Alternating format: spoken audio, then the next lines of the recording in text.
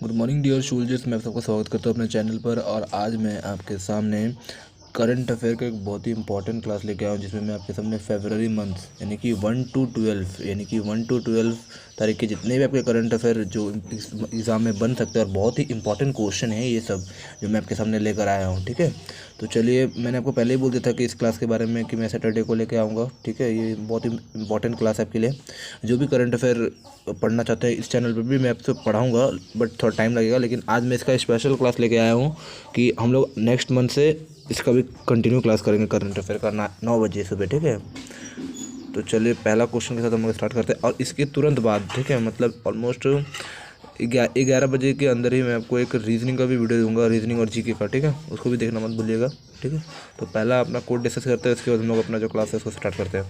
देखिए, to becomes a better speaker, अगर आप बेटर स्पीकर बनना चाहते हो तो आपको क्या क्या स्ट्रैटेजी और फॉलो करना पड़ेगा। थिंक पॉजिटिविटी यानी कि आपको पॉजिटिव सोचना पड़ेगा, प्रैक्टिस करना पड़ेगा, क्योंकि आप बोलने जा रहे हो किसी चीज़ के बारे में तो आपको प्रैक्टिस तो करनी पड़ेगी। ठीक है, इंगेज विथ योर ऑडियंस यानी कि अपने इंगेज करना पड़ेगा आपके ऑडियंस के साथ, अपने तालमेल बैठाना पड़ेगा। Pay attention to the body language, attention अपना बॉडी लैंग्वेज पे काम करना होगा। Watch recording of your speech यानी कि अपना सबसे पहले अगर आप प्रैक्टिस करते हो तो अपना जैसे वॉइस होता है ना, तो उसको रिकॉर्ड करो, फिर देखो उसमें कुछ गड़बड़ है कि नहीं, आपका वॉइस सही प्रॉपर मतलब दूसरे को सुनाई दे रहा है कि नहीं। ठीक है, तो चलिए पहला क्वेश्चन के साथ स्टार्ट करते हैं। तो पहला क्वेश्चन मैंने आपको बताया था 10 फरवरी को विश्व दलहन दिवस मनाया गया, विश्व दलहन दिवस। ठीक है, वर्ल्ड पल्सेस डे। ठीक है, आपसे पूछा जाएगा इंग्लिश में वर्ल्ड पल्सेस डे कब मनाया जाता है। वर्ल्ड पल्सेस डे मनाया जाता है 10 फरवरी को। और जैसे फरवरी में कुछ इंपॉर्टेंट डेट्स की अगर मैं बात करता हूँ तो मैं आपको बता देता हूँ। हम लोगों ने, मैं आपको पहले ही बताया था, फर्स्ट फरवरी को इंडियन कोस्ट गार्ड डे का 46 राइजिंग डे मनाया। ठीक है, 46। और इसके जो हेड है अभी कोस्ट गार्ड के, कोस्ट गार्ड भी इंडियन मिनिस्ट्री ऑफ डिफेंस के अंडर ही आता है। और कोस्ट गार्ड के जो हेड है, लिख लीजिए आप लोग, वीरेंद्र सिंह पठानिया। ठीक है, वीरेंद्र सिंह पठानिया इसके हेड है। ये पहला तारीख को मनाया गया, 1 फरवरी को। 2 फरवरी को अगर मैं बात करता हूँ, 2 फरवरी को हम लोगों ने मनाया था world wetland day, world wetland day मनाया। ठीक है, जो भी इंपॉर्टेंट है मैं आपको बता दे रहा हूँ, वर्ल्ड वेटलैंड डे मनाया था हम लोगों ने। ठीक है, और अभी हम लोगों ने जो 10 फरवरी को हम लोगों ने विश्व दलहन दिवस मनाया है। ठीक है, और आई होप आपको ये तीनों पॉइंट क्लियर हो गए होंगे। नेक्स्ट क्वेश्चन, एस किशोर बने एसएससी के नए अध्यक्ष। एसएससी जैसे कि हम लोग का जो एग्ज़ाम होता है ना, सीएचएसएल हो गया, सीजीएल हो गया, जो एसएससी कंडक्ट करती है। ठीक है, तो उसके जो नए हेड बने हैं, नए अध्यक्ष बने हैं, कौन बने हैं? एस किशोर। एस किशोर इसके नए अध्यक्ष बने हैं। और इसका हेडक्वार्टर कहाँ पे आपको ये बताना है। एसएससी का हेडक्वार्टर मैंने आपको बहुत बार बताया है। ठीक है, नेक्स्ट क्वेश्चन की तरफ मूव करते हैं हम लोग। यूएनईपी ने मांझी वसुंधरा अभियान का समर्थन करने के लिए महाराष्ट्र सरकार के साथ किया समझौता। यूएनईपी एक मांझी वसुंधरा अभियान करेगी अभी हाल फिलहाल में, जिसके साथ उन्होंने मतलब समर्थन करने के लिए किसके साथ समझौता किया, आपसे पूछा जाएगा तो कौन से स्टेट के साथ समर्थन किया है, तो उसका पहला आंसर तो हो गया महाराष्ट्र। पहला क्वेश्चन हो गया ये। ठीक है, अगर दूसरा क्वेश्चन इससे बन सकता तो UNEP United Nation Educational programme, अब इसका आपसे हेडक्वार्टर पूछा जाएगा। ये मैंने आपको हेडक्वार्टर वाले टॉपिक में कराया था, अगर आपने वो वीडियो नहीं देखा तो उसमें जाके इसका आंसर देखिए। मैं बहुत बार बताया हूँ यूएनईपी का हेडक्वार्टर कहाँ पे है।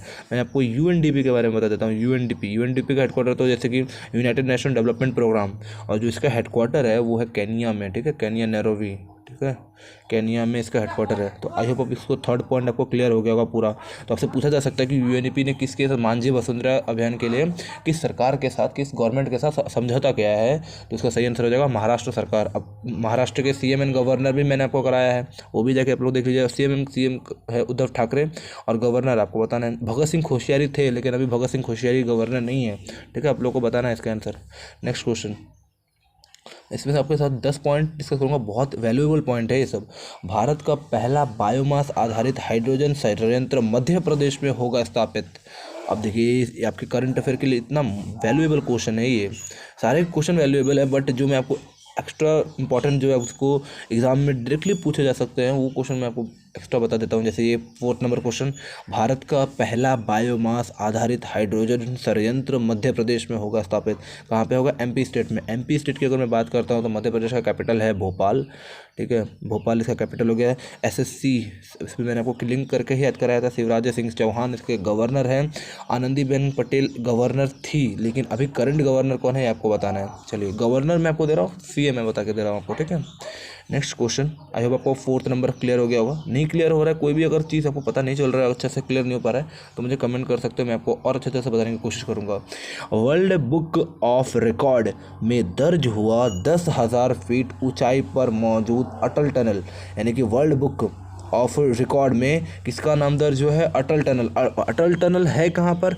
अब जैसे कि रोहतांग था ना, रोहतांग टनल, उसका नाम चेंज करके अटल टनल रख दिया गया था। देख लीजिए, आप लोगों को पिक्चर दिख रहा होगा, ये देखिए पिक्चर, आई होप आपको क्लियर दिख रहा होगा। यानी कि देखिए, अभी किसके, देखिए जैसे अटल टनल है ना, ये सब बनाता कौन है? तो BRO बनाता है, ठीक है, बॉर्डर रोड ऑर्गेनाइजेशन जो होता है, ये सब कंडक्ट करता है, ये सबको मतलब कंस्ट्रक्शन का यही काम करता है, BRO करता है, ठीक है, बॉर्डर रोड ऑर्गेनाइजेशन। अब इसमें ये जैसे कि अभी है कहाँ पे अटल टनल, मैं आपसे पूछ लूँ तो वो कहाँ पे होगा, मैं आपको बता देता हूँ। अब देखिए, अटल टनल की अगर बात हो रही है तो अटल टनल है कहाँ पे? वो है हिमाचल प्रदेश में। और हिमाचल प्रदेश से कनेक्ट किसको करता है? लेह मनाली है ना, मनाली लेह को कनेक्ट करता है कौन? ये अटल टनल। अभी कितने फीट की ऊंचाई पर है? तो 10,000 फीट की ऊंचाई पर। अभी मतलब कि जब ये शामिल हुआ तो उसका डेट कौन था? तो कौन डेट को, किस डेट को शामिल हुआ? तो इसका सही आंसर हो जाएगा 9 फरवरी 2022 को इसको शामिल किया गया है, वर्ल्ड बुक ऑफ रिकॉर्ड में दर्ज हुआ है, ठीक है। नेक्स्ट क्वेश्चन, अरुणाचल प्रदेश में खोजा गया भारत का नवीनतम स्तनपायी सफ़ेद गाल वाला मकाक खोजा गया है, ठीक है। यानी कि कहाँ पे खोजा गया? अरुणाचल प्रदेश में। अब भारत का नवीनतम मतलब बहुत ही नया है ये स्तनपायी सफ़ेद गाल वाला का क्या है? मकाक, ठीक है, खोजा गया। अब अरुणाचल प्रदेश की अगर बात हो रही है तो अरुणाचल प्रदेश के CM एंड गवर्नर भी मैंने आपको बताया था, इसका कैपिटल हो जाएगा ईटानगर। CM गवर्नर आप मुझे बता दीजिए, बहुत बार मैंने आपको कराया ये सब चीज़, ठीक है। नेक्स्ट क्वेश्चन, इथोपिया में आयोजित किया गया 35वां यानी कि 35वां अफ्रीकी संघ सम्मेलन, यानी कि इथोपिया में क्या आयोजित किया गया? ये देखिए, जो भी मतलब कि इतने वैल्यूएबल क्वेश्चन है ना आपके लिए। देखिए, ये कब आयोजित किया गया? 5 से 6 फरवरी को आयोजित किया गया है। ये अफ्रीकन यूनियन जो हुआ था अभी हाल फिलहाल में, वो 35वां वाला हुआ। कहाँ पर हुआ? इथोपिया में हुआ, कनेक्ट किया गया, इथोपिया में आयोजित किया गया है, ठीक है। नेक्स्ट क्वेश्चन, RBI ने रेपो रेट को 4% पर रखा बरकरार। अब देखिए, रेपो रेट RBI ने जो है ना, वो रेपो रेट को 4% पे बरकरार रखा है। अब आपसे रेपो रेट पूछा जा सकता है, तो रेपो रेट भी मैं आपको बता देता हूँ क्या होता है। देखिए, रेपो रेट वो रेट होता है, जैसे मान लीजिए एक है बैंक, यानी कि कॉमर्शियल बैंक है, जैसे स्टेट बैंक ऑफ इंडिया। देखिए, मान लीजिए सेंट्रल बैंक ऑफ इंडिया हमारा कौन, जैसे कॉमर्शियल बैंक होता है, जैसे SBI ना, SBI तो आपका कॉमर्शियल बैंक है, लेकिन जो रेपो रेट होता है ना, उसको आप लोग लिख लीजिए, रेपो रेट को इशू करता है जो सेंट्रल बैंक ऑफ इंडिया, नहीं तो मतलब central bank of a country, किसी भी देश का अगर सेंट्रल बैंक जो है वो इसको इशू करता है। अब सेंट्रल बैंक मतलब क्या हो गया? RBI। हमारे देश का सेंट्रल बैंक कौन सा होता है? RBI है ना, RBI है। तो सेंट्रल बैंक यानी कि RBI इसको इशू करेगा, मतलब रेपो रेट को इशू करेगा, ठीक है, इशू किया RBI ने। अब RBI क्या करता है कि उधार देता है, जैसे कॉमर्शियल कोई भी, जैसे SBI को उसने उधार दिया, मतलब समझ लो सपोज 1 लाख रुपये का उधार दिया इसने। तो देखिए, अब उधार देगा तो SBI क्या करेगा इसको कि वो जो कस्टमर है हमारे, उसको देगा वो पैसा, अब उससे उठाकर ये इसको वापस पे करता है, ठीक है। मतलब सिंपल सा, यानी कि RBI इसलिए उधार देता है कि वो शॉर्टफॉल ऑफ अ फंड को कम कर सके, ठीक है। रेपो रेट जो होता है हमारे कंट्री का, उसको हमेशा जो मॉनेटरी ऑथोरिटी होता है ना, वही कंट्रोल करता है। अब मॉनेटरी ऑथोरिटी कौन है? RBI है, तो RBI ही इसको कंट्रोल करेगा। आई होप आपको क्लियर हो गया होगा, ठीक है ना। रेपो रेट इशू कौन करता है आपसे पूछा जाएगा तो जो होगा हमारा central bank of a country, यानी कि central bank of a country कौन है हमारे देश का? तो RBI है ना, वो इसको इशू करेगा, ठीक है। अब मैं बात करता हूँ RBI की। तो RBI का जो इस्टेब्लिशमेंट हुआ था 1935 में हुआ था। पहले इसका जो हेडक्वार्टर हुआ करता था 1935 में, इसको कलकत्ता हुआ करता था, ठीक है, कलकत्ता।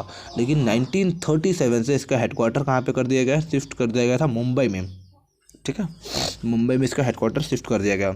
अब इसके करंट जो ये बैठे हैं ना, यानी कि गवर्नर है, वो इनका नाम क्या है? तो इनका नाम है शक्तिकांत दास इसके करंट गवर्नर हैं, ठीक है ना।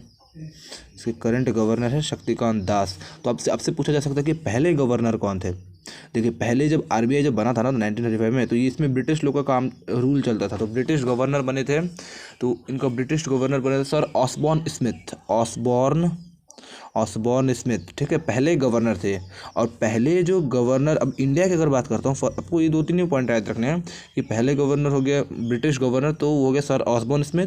और फर्स्ट इंडियन गवर्नर आपसे पूछा जाएगा, फर्स्ट इंडियन गवर्नर कौन हो जाएंगे? तो इसका सही आंसर हो जाएगा CD देशमुख। अब ये CD देशमुख कौन है? रितेश देशमुख के दादाजी हैं, ठीक है, रितेश देशमुख के दादाजी हैं CD देशमुख लिख लीजिए, ठीक है। तो आई होप आपको आरबीआई से रिलेटेड सारे पॉइंट क्लियर हो गए होंगे, ठीक है। नेक्स्ट पॉइंट, गुजरात लायंस होगा आईपीएल टीम अहमदाबाद का आधारिक नाम मतलब रियल नेम होगा, आधारिक नाम मतलब होता है रियल नेम। यानी कि देखिए गुजरात टाइटंस होगा नाम किसका? अहमदाबाद का जो आधारिक नेम कौन होगा? गुजरात टाइटंस।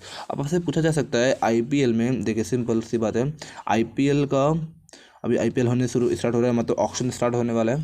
तो देखिए जब आईपीएल का फुल फॉर्म आपसे पूछा जा सकता है, इन मेरे लिए बहुत इजी फुल फॉर्म है। अब आपसे पूछा जाएगा कि अगले साल फाइनल में कौन जीता था। अगले साल आपको पता होना चाहिए फाइनल में कौन जीता था। सीएसके और केकेआर का साथ फाइनल हुआ था अगले बार, तो इसमें सीएसके ने जीता था, ठीक है, केकेआर इसमें हार गया था। आपसे ये भी पूछा जा सकता है कि सीएसके ने किसको हरा के फाइनल जीता, तो केकेआर को हरा के जीता, ठीक है। और इससे रिलेटेड और एक पॉइंट बन सकता है, मतलब कि इस बार का मतलब ऑक्शन होगा तो उसमें सबसे ज़्यादा महंगा खिलाड़ी कौन है, ठीक है, सबसे महंगा प्लेयर, ठीक है। इससे पहले तो क्रिस मॉरिस थे ना, तो आपको इस बार का बताना है कौन थे, ठीक है। और लास्ट क्वेश्चन है हमारे सेशन का, अक्षय कुमार बने उत्तराखंड के ब्रांड एम्बेसडर, यानी कि उत्तराखंड के जो अभी ब्रांड एम्बेसडर बने हैं कौन? अक्षय कुमार। ये बॉलीवुड एक्टर है, सबको पता होगा, ठीक है। और इसके बाद उत्तराखंड का अगर कैपिटल की बात करता हूँ तो देहरादून हो जाएगा, और गैरसेन इसकी विंटर कैपिटल है, ठीक है, देहरादून। और एक और कैपिटल है गैरसेन जो इसकी विंटर कैपिटल। अब देहरादून की अगर बात करता हूँ तो देहरादून में एक बहुत ही इंपॉर्टेंट ऑर्गेनाइजेशन है, इंडियन मिलिट्री एकेडमी का हेडक्वार्टर है, मतलब ट्रेनिंग सेंटर है वहाँ पर, ठीक है। और उत्तराखंड में अब एक नेशनल पार्क भी है, जैसे कॉर्बेट नेशनल पार्क, जिसका पहले जो नाम था वो हैली नेशनल पार्क था, ठीक है। तो उसी से इसके सीएम और गवर्नर आप बता दीजिए फटाफट, ठीक है। तो आई होप आपको सारे पॉइंट क्लियर हो गए होंगे। कुछ भी अगर डाउट होता है तो आप मुझे कमेंट में कमेंट कर सकते हो। सो आई होप आपको सब सारे पॉइंट क्लियर हो गए होंगे। अगर आपको कुछ भी क्लियर नहीं हुआ होगा तो आप मुझे कमेंट में पूछ सकते हो, ठीक है। तो इसलिए अगर आपको अच्छा लगा हुआ सेशन तो लाइक कर दीजिए, अपने दोस्तों को शेयर कर दीजिए, ठीक है। तो thank you all of you, ठीक है। मिलते हैं नेक्स्ट वीडियो में, और इसके बाद ही मैं आपको जीके का भी वीडियो दूंगा। गुड बाय, जय हिंद।